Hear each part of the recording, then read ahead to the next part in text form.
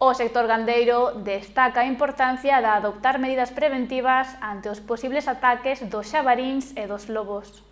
A poboación de xabaríns, cada vez máis numerosa no rural galego, pon cada ano aos gandeiros e agricultores contra as cordas e sen apenas recursos para combater a unha especie tan destructiva. No ano 2021 os exemplares deste animal chegaban aos 300.000, o que podería supor o fin da gandeiría porcina. De aí que dende a Xunta, ademais das habituais axudas para costear os danos, se estean executando medidas preventivas ante os ataques tanto dos xabaríns como dos lobos. Bueno, a protección non é mala, é dicir, a convivencia é posible entre gandeiros, dado que non podemos facer, lógicamente, que o lobo ou o xabarín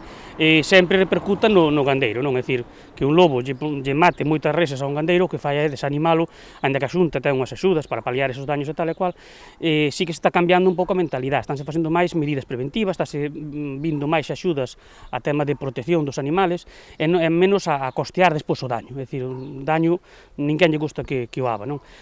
O sector sinala que estes ataques provocan grandes danos nas explotacións, sobre todo a tratarse de economía e subsistencia.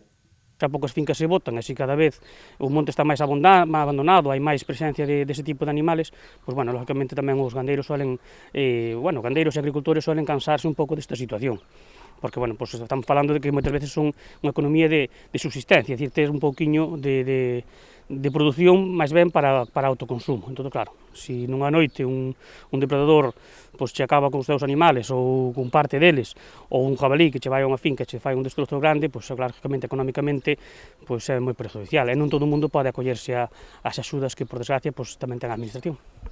A poboación de xabaríns, como de outros animais salvaxes, viuse beneficiada en gran medida da pandemia, xa que aínda que a súa caza sí se considerou actividade esencial durante os momentos máis crudos da crise sanitaria, o certo é que as restriccións de mobilidade e o confinamento a primavera 2020 duraron os meses de cría, foron factores que contribuíron á proliferación da especie.